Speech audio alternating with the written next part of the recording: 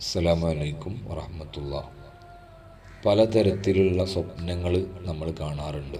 സന്തോഷം ഉണ്ടാക്കുന്നതും പേടിപ്പെടുത്തുന്നതും അത്ഭുതപ്പെടുത്തുന്നതുമായിട്ടുള്ള വ്യത്യസ്തങ്ങളായ സ്വപ്നങ്ങൾ പലപ്പോഴായും നമ്മൾ കാണാറുണ്ട്. അവയ്ക്ക് ഇസ്ലാമിൽ വല്ല അർത്ഥമുണ്ടോ?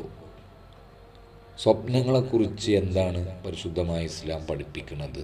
മുത്തുനബി സല്ലല്ലാഹു അലൈഹി വസല്ലമ തങ്ങൾ പഠിപ്പിക്കുന്ന ഹദീസിലുണ്ട്, സ്വപ്നങ്ങൾ 3 വിധമുണ്ട്. ഒന്നാമത്തത് സത്യസന്ധമായ സ്വപ്നങ്ങളാണ്. റുഇയത്തു സ്വാലിഹീൻ, മഹാന്മാരായ സ്വാലിഹീങ്ങളായ ആളുകൾ കാണുന്ന സ്വപ്നങ്ങളൊക്കെ ഈ തരത്തിലാണ് പെടുക.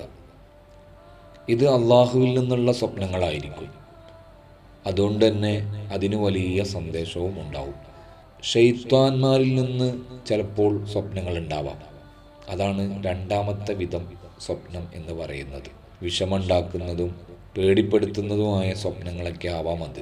അത്തരം സ്വപ്നങ്ങൾ നമ്മൾ കാണുമ്പോൾ മറ്റുള്ളവരോട് പറയരുത്. ഇനി ചിലപ്പോൾ നമ്മുടെ ജീവിതത്തിൽ നമ്മൾ ആലോചിക്കുന്ന ചിന്തിക്കുന്ന കാര്യങ്ങളൊക്കെ സ്വപ്നങ്ങളായിട്ട് കാണാൻ സാധ്യതയുണ്ട്. അത്തരം സ്വപ്നങ്ങൾക്ക് വലിയ അർത്ഥമൊന്നും നമ്മൾ കൽപ്പിക്കേണ്ടതില്ല. നമ്മുടെ ചിന്തക്കനുസരിച്ച് വരുന്ന സ്വപ്നങ്ങളാണല്ലോ.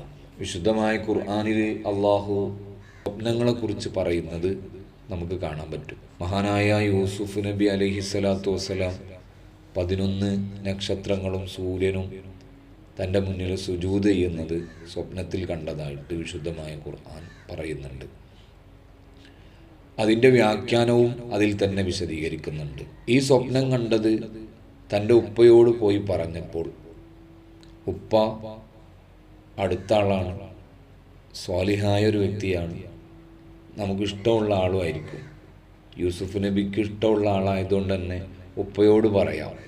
അങ്ങനത്തെ ആളുകളോടെ പറയാൻ പാടുള്ളൂ, നല്ല സ്വപ്നങ്ങളായതുകൊണ്ട്. അപ്പോൾ ഉപ്പ നിർദ്ദേശിക്കുന്നുണ്ട് ജ്യേഷ്ഠന്മാരോട് ഈ വിഷയം പറയണ്ട. കാരണം അവർ അസൂയാൽക്കളായിരുന്നു യൂസുഫ് നബിയോട്. അപ്പോൾ അസൂയുള്ള ആളുകളോടും നമ്മളോട് ദേഷ്യം വെക്കുന്ന ആളുകളോടും നമ്മൾ കാണുന്ന നല്ല സ്വപ്നങ്ങൾ പറയരുത്. അത് നമുക്ക് വിശുദ്ധമായ ഖുർആൻ പഠിപ്പിക്കുന്നുണ്ട്. രാജാവ് കണ്ട സ്വപ്നത്തെക്കുറിച്ചും സൂറത്ത് യൂസുഫിൽ തന്നെ അള്ളാഹു വിശദീകരിക്കുന്നത് കാണാം. അതിന് യൂസുഫ് നബി വ്യാഖ്യാനം നൽകുന്നതായിട്ടും പറയുന്നുണ്ട്.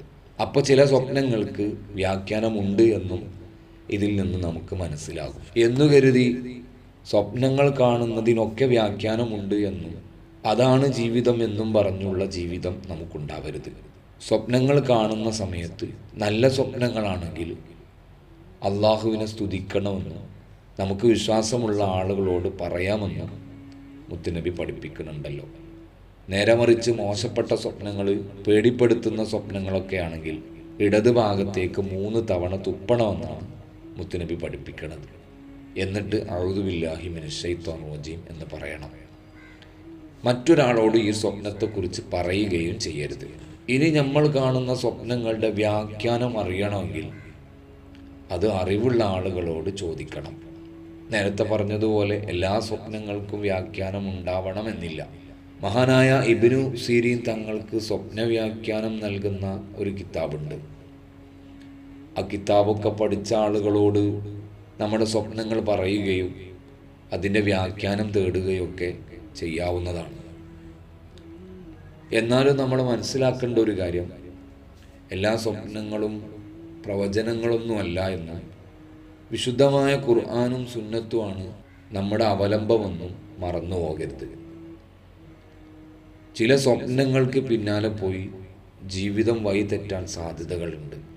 അതുകൊണ്ട് തന്നെ വിശുദ്ധമായ ഖുർആനും ഹദീസും അനുശാസിക്കുന്ന കാര്യങ്ങളെ പിൻപറ്റിയാണ് നമ്മൾ ജീവിക്കേണ്ടത്. സ്വപ്നങ്ങൾക്ക് പിന്നാലെ പോകരുത്. അല്ലാഹു തആല ഖൈറ് പഠിക്കാൻ നമുക്ക് തൗഫീഖ് നൽകട്ടെ. ആമീൻ.